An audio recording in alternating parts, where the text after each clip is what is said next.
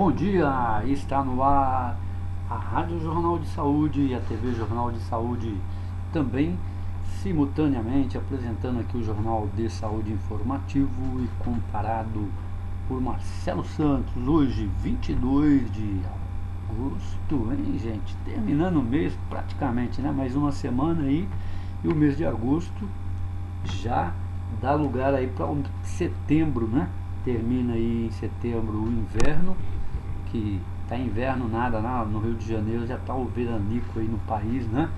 Aquele pequeno verão, mas até o final da semana que vem, parece, né?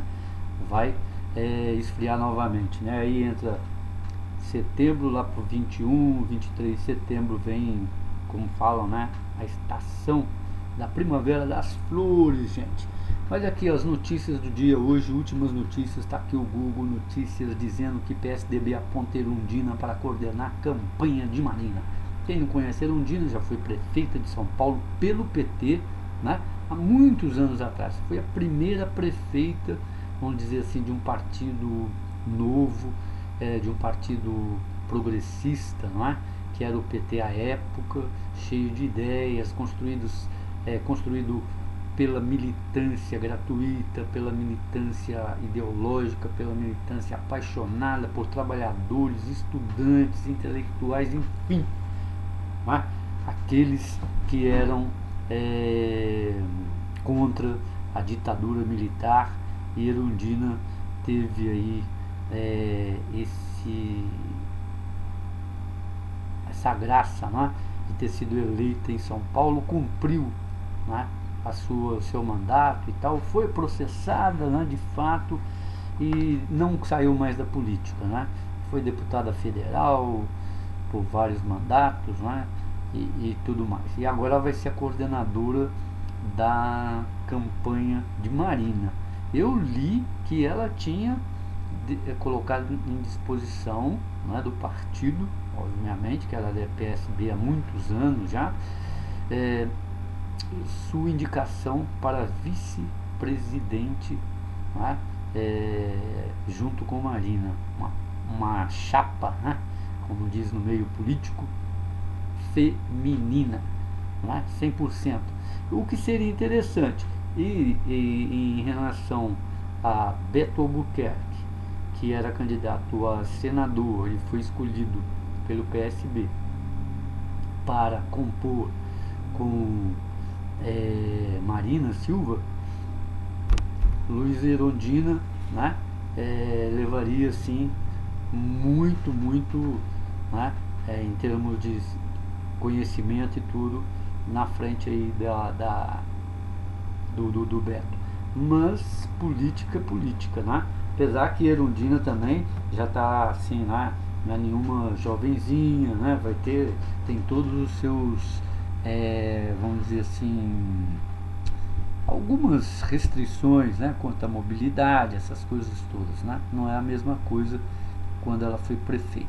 Mas é uma excelente coordenadora, né?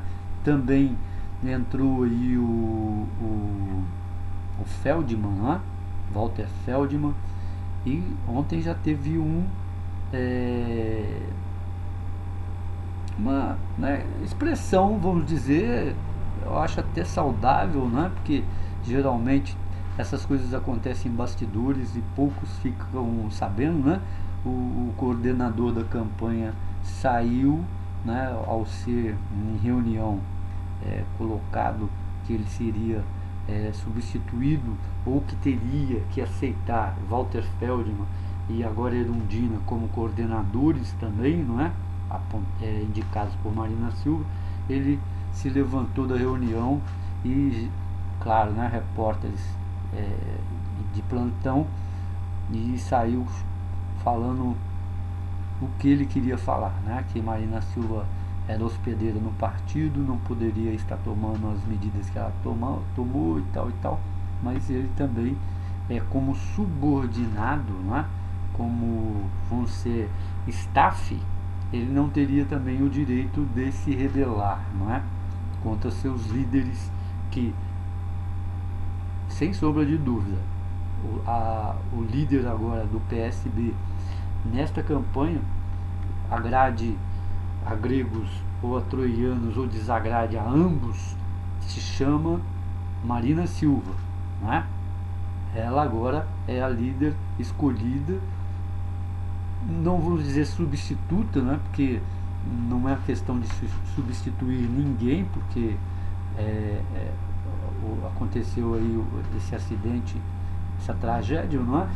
Mas ela é quem foi apontada para dar continuidade ao que já está programado, que está estabelecido, que foi discutido e já estava sendo gravado em programas, já estava sendo discutido em todas as viagens do Eduardo Campos com o Brasil afora. Então ela não está inventando a roda, ela não está indo contra o PSB, e segundo as declarações de Marina, eu acabei de ler agora, até publiquei uma coisinha aí no Facebook, um artigo da Fernanda Torres, né? Fernandinha, excelente atriz, muito excelente intelectual, né? Escritora e tudo.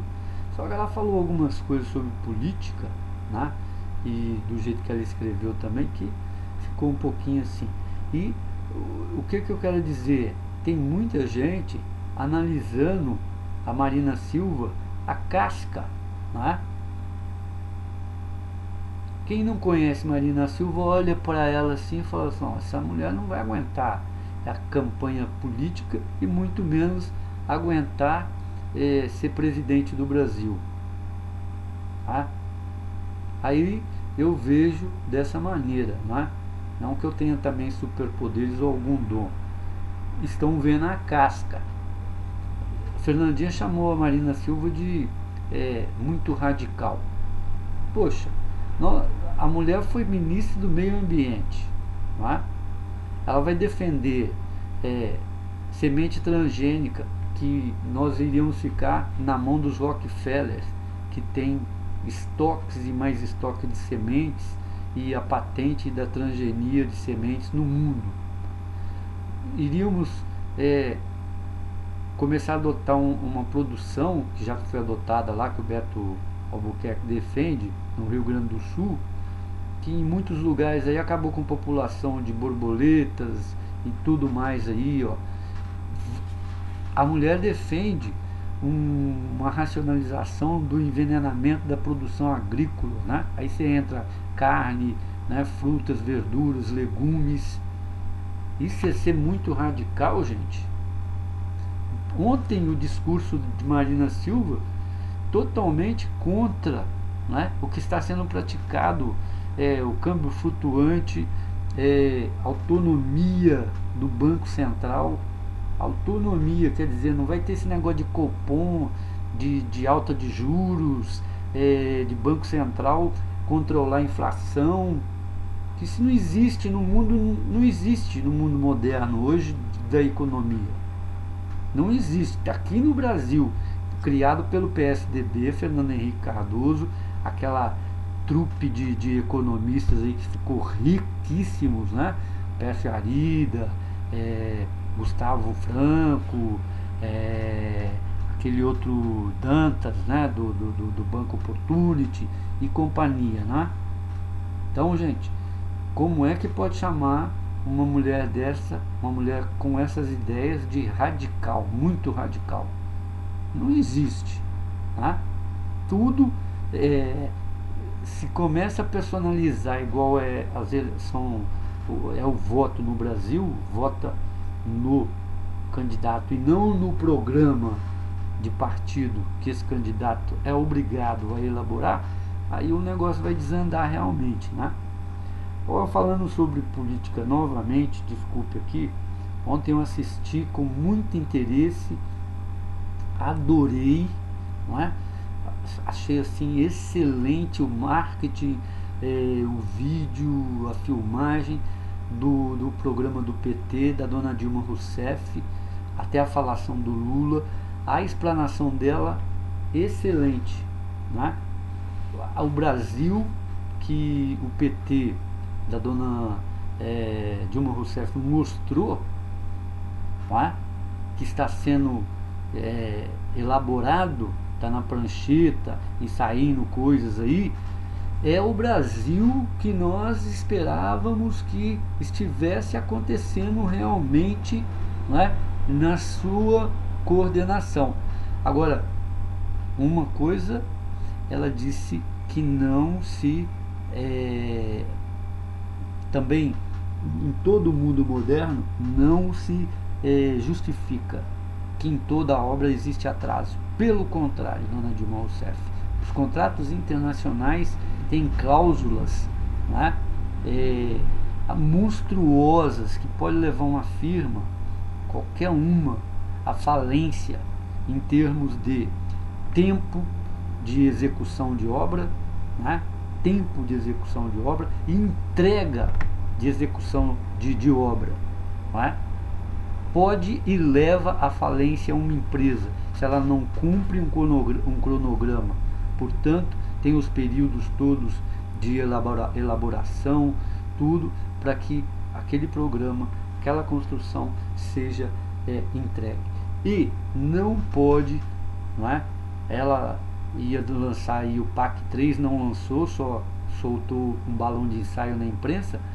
E não pode se esquecer que somente do que ela mostrou são 33 a 35% das obras do PAC do governo do Luiz Inácio Lula da Silva que estão em andamento, não é? Em andamento, entre 33 e 35%. Então, o que é isso? Isso nós já tivemos aqui em Minas Gerais, não é? O governo do Newton Cardoso, um governo irresponsável, um governo corrupto, não é? Que enriqueceu ele e seus aliados, não é? Câmara de Deputados estaduais e Câmara, né, de Vereadores, onde ele começou várias obras que ficaram inacabadas, viadutos, estradas, aqui o Hospital do Coração, que hoje foi encampado pela Santa Casa de Misericórdia, né, que hoje é o CEM, um centro de especialidades médicas, não é?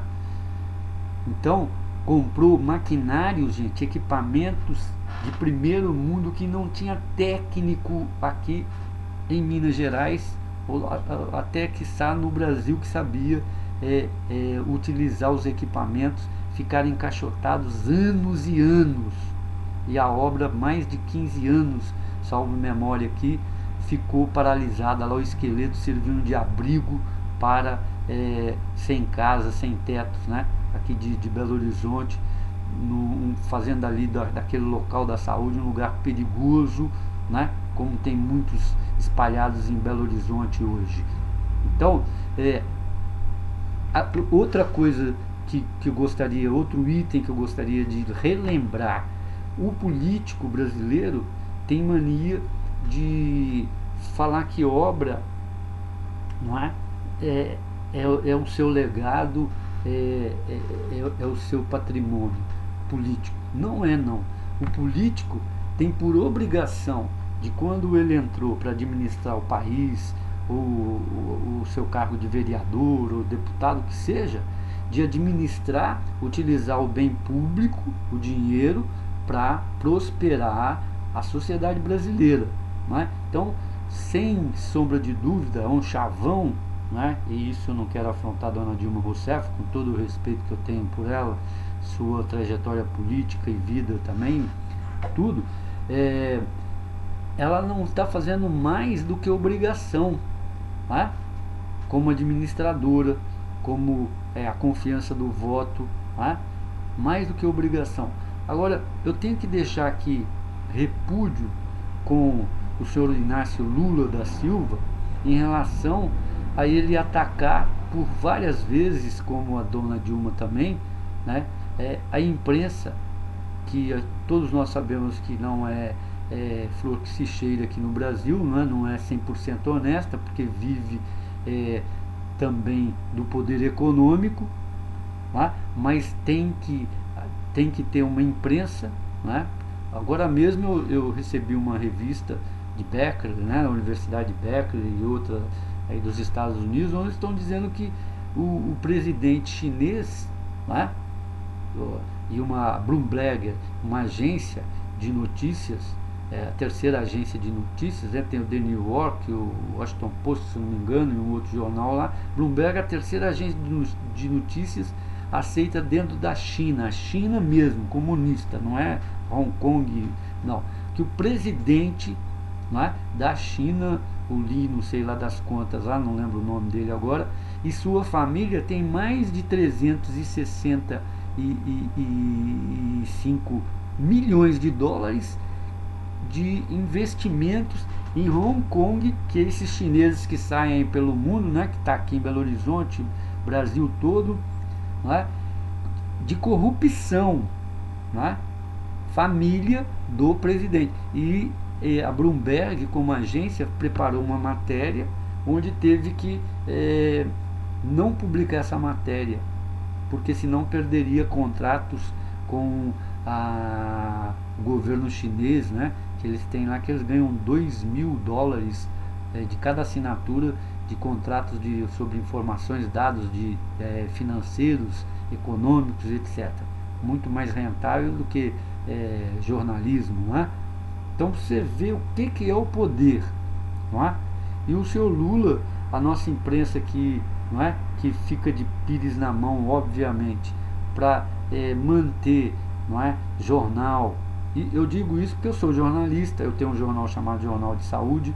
Nunca, gente, nunca uma agência de publicidade do Ministério da Saúde, olha que tem campanhas, eu já tenho mais de 20 anos que eu edito esse jornal, 8 que eu tenho um site, nunca uma agência de governo do Ministério da Saúde, nem do município de Belo Horizonte, nem do Estado, nem da União, né, ligou para mim e falou: me manda aí seus preços, sua tabela de preços, para ver se a gente coloca um anúncio com vocês. Nunca, né? Se o Jornal de Saúde já circulou mais de 12 anos em edições, não é, mensais, e mantemos o site Jornal de Saúde, tudo com pequenos anunciantes, né, do dia a dia, conquistado a unha, ferro e fogo, não é? Ainda com muita disputa entre os concorrentes, né? Então vem o Lula falar que a imprensa que está metendo o pau. Ora, a imprensa que chega uma hora e publica, poxa, o PAC, Lula teve 8 anos que elaborou, colocou o PAC, né, esse plano aí de aceleração da economia, o programa, né? Dilma teve mais 4 anos, né, não terminaram ainda, já são, vamos colocar aí, terminados 12, né, e o PAC tem 35%, né, de obras realizadas. Não vou entrar ainda na questão da economia, do crescimento, da inflação, não é? Dos juros super altos, que ainda eles não passaram esse programa. Vamos aguardar então eles passarem esse programa, né? Porque o que eles vão falar. E vou para o programa do PSDB, né? Que o senhor Aécio Neves parece que construiu outra Minas Gerais. Aqui no Brasil tem um jargão hoje que fala que no Brasil tem 3 países em um, né? Ou 2, Belíndia, né? Brasil, Bélgica e Índia, né? Eu que estou colocando o Brasil, né? Porque Belíndia, Bélgica e Índia aqui dentro do Brasil. Um muito pobre, ferrado, né? Que toma água no rio que ainda eles jogam cadáveres e defecam, e outro que vive no merengue, né? Vive no suquinho, como alguns dizem aí, né? À borda da piscina. Então, o senhor Aécio Neves diz que saiu do governo do estado de Minas Gerais com 93% de aprovação, né? Então vamos colocar a realidade aqui. Hoje, o estado de Minas, manchete do estado hoje, sobre acidentes, sobre crimes, né? Estão assaltando aqui os comerciantes, pequenos comerciantes, nos bairros de periferia, teve uma notícia aqui, o absurdo, um comerciante gastando com policiais R$ 80 diários com medo, né, que não aguenta mais ser assaltado, e os funcionários pedem demissão com medo de levar um tiro, né? Nós temos um anel um anel não, aqui o anel rodoviário aqui próximo, que anos e anos está sendo reformado e nunca se reforma. Nós temos o metrô que parou, né, no tempo igual o Beija-Flor, lindo, maravilhoso. Existe um metrô, né, o marrulho de metrô, mas não se conclui. Temos o BRT recente acabado aí, que está, né, uma gracinha, como dizia Hebe Camargo, né, para não dizer outra coisa, cheio de problemas, né? A mendicância, a bandidagem, né? Até a questão do minério, né? Até mesmo a agricultura tem aí os seus requisitos, né, com esse governo do PSDB. E tudo aqui está maravilhoso, né? É inacreditável. Mas, segundo aí o último debate que teve entre os candidatos a governador do estado, né, veio à tona e afirmaram que a economia de Minas, né, caiu para 6º lugar. Cedemos lugar talvez para o estado do Paraná, né, Rio Grande do Sul, né, e hoje estamos entre 5º e 6º lugar dentro da economia nacional. Como é que pode vir o candidato a presidente da República do PSDB, né, e falar uma coisa dessas? É brincadeira, né? Nós precisamos de realidade. E isso vem ainda o seu Lula, né? E vem ainda o pessoal. Eu só para resumir, gente, na época que o Aécio Neves, ele vem falar que ele saiu com 93,3%. Esse nosso prefeito aí do PSB, o Márcio Lacerda, também, eu não sei o que acontecia lá, as pesquisas do Datafolha, ele também era o melhor prefeito do Brasil, né? Hoje está aí o que deu, caiu no viaduto e muita maracutaia aí, né? O Aécio Neves, ele censurava tanta imprensa mineira e aonde ele podia, que saía notícias dele no Le Monde, né? Saiu um dossiê sobre o governo dele aqui no estado de Minas Gerais no Le Monde, um jornal francês de grande repercussão internacional, né? Então, os eleitores precisam ficar atentos, né, com o que está acontecendo nessas campanhas políticas aí, não é? Porque aí sim está o Big Brother, né? O grande irmão.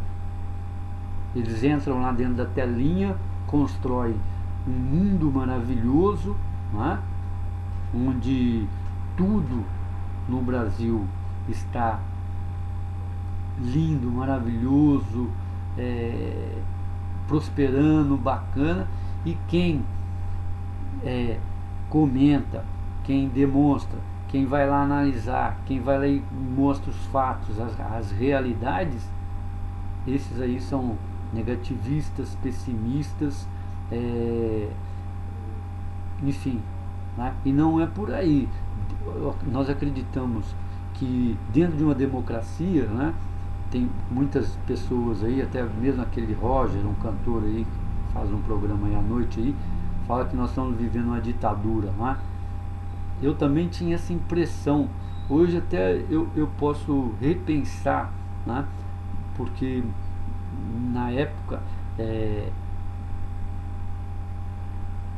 o Estado brasileiro, né, do jeito que ele se compõe, e que nós não vimos medidas nenhuma de diferença né, reformas nenhuma diferença da ditadura militar para o que nós estamos vivendo, a não ser a Constituição de 88, mas não toda elaborada, não toda praticada, não é? Mas hoje eu vejo, até que já estamos discutindo isso, o Estado autoritário, não é? O governo autoritário pode não ser ditadura que vivemos, estamos num Estado democrático, sim, nossas instituições mudaram, mas há um autoritarismo, né, por parte da elite, da burguesia que está no poder, não é? Isso aí indubitavelmente, não é? Não tenha dúvida nenhuma que é o poder, né, o meio, os meios, como é que chama? Eu estava esquecendo aqui a frase do Maquiavel, né? Não vou lembrar agora, que é uma questão assim que não importa o meio, não é, que você utilize para permanecer no poder, importa é que você esteja sempre no poder, né? Então o autoritarismo desses dirigentes em falar meias verdades, em apontar coisas que fizeram, que eram suas obrigações enquanto governantes, e com isso querem tirar proveito na eleição, isso aí não existe, né? Isso é coisa de marketing mesmo, de cinema, né, gente? Onde o diretor tem a obrigação de fazer um trabalho pelo menos decente se ele quer ganhar dinheiro na bilheteria, né? E os atores também. Então eu estou vendo aí isso daí, ó. E aqui tem aqui, ó, empregos caem pela terceira vez seguida, tá? Aí o Lula, ele vem agora, eu gostaria que ele lembrasse, né, que quando ele foi presidente da República, ele falou assim: o Brasil não está em crise, a crise não vai pegar o Brasil, não é? Ao invés de ser realista, isso acho que em 2011, se eu não me engano, e hoje ele vem em discurso falando que a Dilma atravessou, como se já tivesse passado, né, a pior crise, que não sei o que, mundial, para lá. Então, nós estamos numa crise, tá? Sim, tinha que chamar o país a fazer sua lição de casa, não é?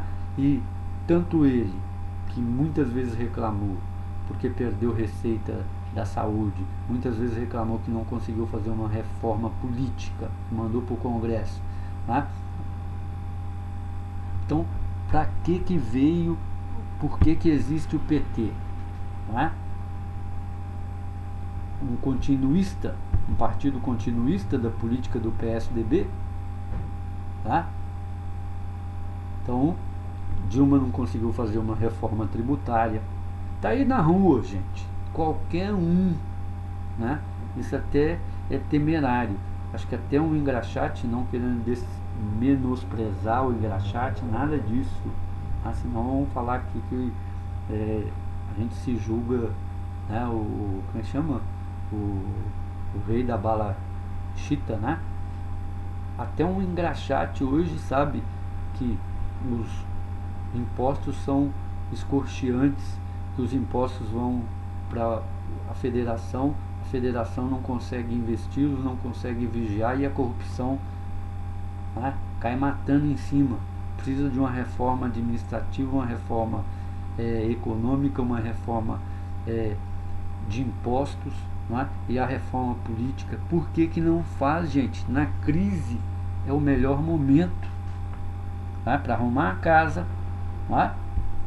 Para fazer a lição de casa e colocar novamente o país num caminho que a sociedade em conjunto lutou e vai seguir, não é? É igual uma filosofia, é igual um mantra, é igual uma oração, não é? É igual um pensamento. Não vamos fazer isso, que isso vai dar certo. Vamos apostar uma década na educação, uma educação sublime mesmo, uma educação de ponta, uma educação que vai colocar o país, não é, no primeiro mundo realmente, pelo menos na educação. Não, nunca tem. Nós não temos nem aqui no Brasil, veja só, a gente dá tanto, né, sabor aí pro azar, nem um estado piloto, hein, gente? Que poderíamos ter, né? Nenhum governo, um estado piloto, bom em educação, bom em saúde, bom no transporte coletivo. Essas três coisas estão pegando, né? Segurança, as quatro coisas estão pegando hoje no pé do brasileiro, da sociedade. Não tem nenhum estado brasileiro que tenha essa dignidade com a sua sociedade, que volte, né? Que retorne para o seu povo, né? Como diz aí o mineiro, né? Paulista nem tanto, que é uma coxa de retalho de tanta gente que vai para São Paulo, né? Ou o nordestino, ou o goiano, né?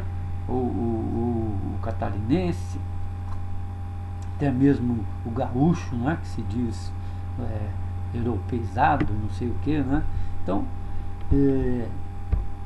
tá aí, né? Olha, talvez aí, gente, mudando aqui da água pro vinho, né? Ou ficando no mesmo negócio, que é a mesma coisa aqui, no mundo, Israel anunciou aí que matou 3 líderes do Hamas. Talvez aí a guerra esteja aí chegando no seu final, apesar de que o Hamas aí jurou vingança, né? Eu ouvi isso aí, e, né, tá aí essa coisa aí que não ata nem desata, mas melhorou muito, né?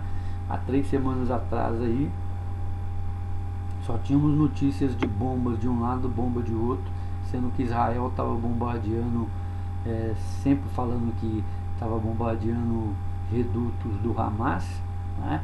E conseguia matar crianças, velhos, adultos, e destruir sinagogas, habitações, não sei o que lá.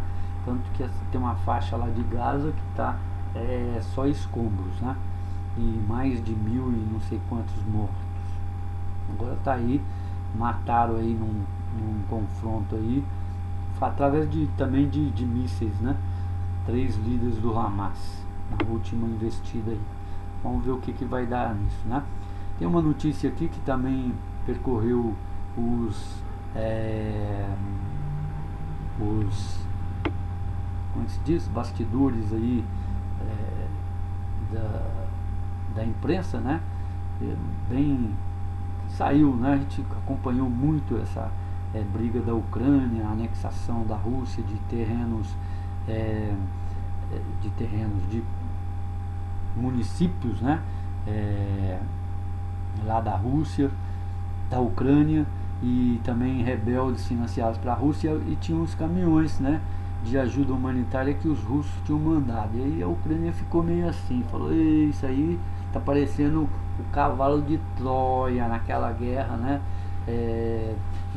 dos gregos, né, gregos e troianos.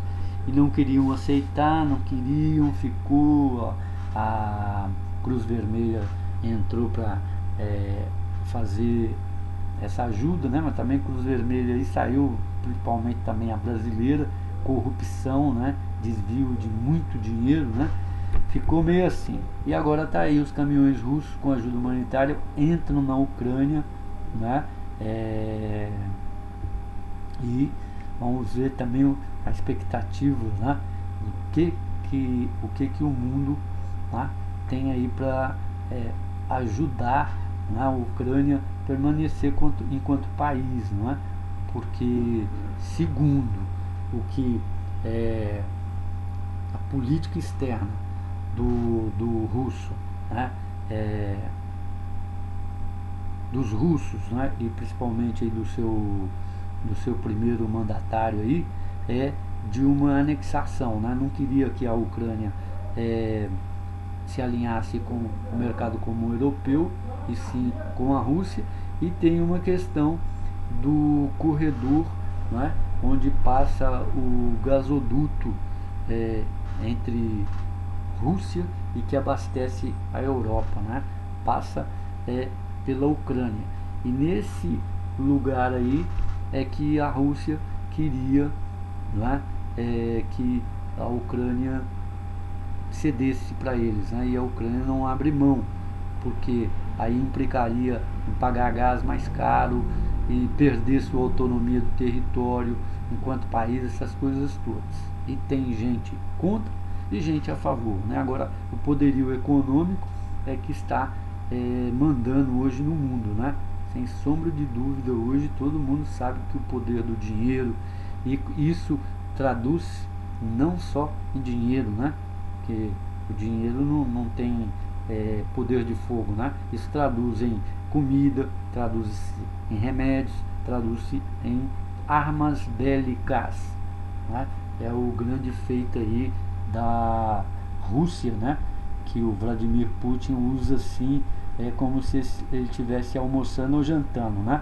Ele fornece armas para o governo da Síria, Bashar al-Assad, fornece armas para os rebeldes, né? Sustenta separatistas na Ucrânia e tudo isso daí, né? Fazendo lá o seu teatrinho de marionetes através da grana, né? Através de muito dinheiro. A OMS elabora estratégia de combate ao ebola para 6 a 9 meses. África do Sul e Senegal fecham fronteiras por causa do ebola. Médico brasileiro conta experiências com infectados por ebola. Surto do ebola afeta também a economia de países africanos. Gente, tem muitas notícias boas sobre o ebola, né? É um milagre estar vivo, diz o americano curado do ebola. Aí um médico, né? Apareceram na televisão, né? 2 médicos. Um nem quis dar a entrevista, né? Saiu, não quer saber de nada sobre esse ebola. O outro ficou quase 4 semanas internado, saiu, né? Grandão, forte, corado, tá beleza de novo. Mas também nem fala ir para lá de novo, né? E tem aí, né, o país lá na África, na Libéria, uma grande região de mais de 200 mil pessoas, foi feito tipo fechou, né, todos os caminhos, não pode entrar ninguém, não pode sair ninguém. O povo está até com medo de passar necessidade, né, fome, mas parece que essa medida lá na Libéria é para controlar eficazmente, né, esse vírus do ebola. E a gente pergunta, né, é diferente, não é? Mas é um vírus. A gente fica assim, o mundo tinha menos pessoas, menos técnica de controle, sanitarismo, caramba, 4, e na década de 30, né, acho que 1922, 26, teve aí a gripe espanhola, né? Gripe espanhola, gente, mas ó, foi assim, arrasadora, né? E por incrível que pareça, muitos hoje estão falando aí de 1918, né? Uma pandemia, gente, né? Um grande número de mortos que teve em 1918, né? Então o pessoal fica, olha, não vai sair da África e não sei o que lá. Eu não vejo, não é, motivo para a gente ficar alarmado, mas também não vejo motivo para acreditarmos e ficarmos tranquilos em relação a esse vírus ebola, né? Não vejo, né, que se as autoridades não tomarem as medidas que estão tomando e melhorarem, né, multiplicar isso ao quadrado, e os países também, principalmente OMS, Organização Mundial de Saúde, principalmente ONU e os países ricos, né, que têm investimentos em tecnologia, tanto de hospitalar quanto de fármacos, né, remédios, pode sim toda a civilização, né, todo o mundo está aí diante até de uma catástrofe, né, que pode ser uma pandemia de gripe que teve de 1918, né, chamada aí 1918 e 19, chamada aí de gripe, né, espanhola aí, e olha só como que ela era. Em carta descoberta e publicada no British Medical Journal, quase 60 anos depois da pandemia de 1918-1919, o médico norte-americano diz que a doença começa como o tipo comum de gripe, mas os doentes desenvolvem rapidamente o tipo mais viscoso de pneumonia jamais visto. 2 horas após darem entrada no hospital, tem manchas castanho avermelhadas nas maçãs do rosto, e algumas horas mais tarde pode-se começar a ver cianose estendendo-se por volta da face a partir das orelhas, até que se torna difícil distinguir o homem negro do branco. A morte chega em poucas horas e acontece simplesmente com uma falta de ar, até que morre sufocado. É horrível, é horrível. Pode-se ficar olhando 1, 2 ou 20 homens morrer, mas ver esses pobres diabos sendo abatidos como moscas deixa qualquer um exasperado. Isso era uma descrição há 60 anos atrás, hein, gente? E o ebola é um vírus, né, que está causando febre altíssima, né, vômitos, diarreias, manchas pelo corpo, né? Tem o chikungunya também, né, que aí quer dizer emborcar, que a pessoa fica emborcada, que ataca as juntas, né, punhos, cotovelos, né, joelhos, dedos, né, os artelhos, tudo. Então é preciso que as autoridades internacionais fiquem mais do que atentas, né?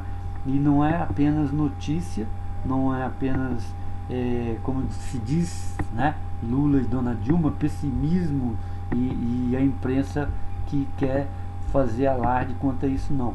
Nós temos exemplos aí, nós temos a peste bubônica transmitida pela picada da pulga do rato, que se desenvolve nos ratos, que dizimou quase 1/3 da Europa, não é?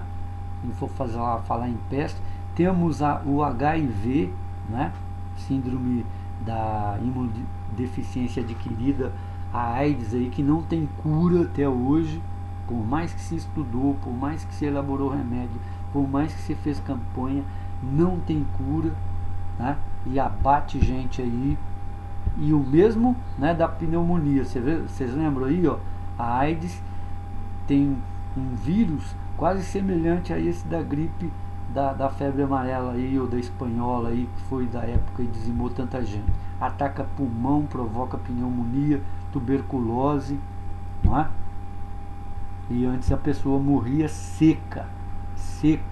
Tem cadáveres aí acometidos do HIV que ninguém acredita, né? Parece aquelas múmias que desenterram aí e revelam depois de milênios, né?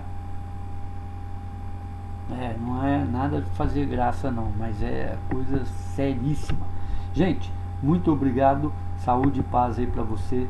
Um ótimo fim de semana, quem pode, né? Amanhã, a partir das 9 horas, estaremos aí com o nosso Jornal de Saúde comparado, né? Analisado aí para você aí os fatos evidenciados aí, uma relembrança, uma releitura aí do que está acontecendo conosco hoje, né? Notícias atualizadas. Ó, eu estou disponibilizando para vocês a gravação da TV Jornal de Saúde no YouTube. Se você quiser, pode ouvir novamente, assistir novamente este que lhe apresentou esse jornal aí, né? Jornal de Saúde informativo. Muito obrigado, saúde.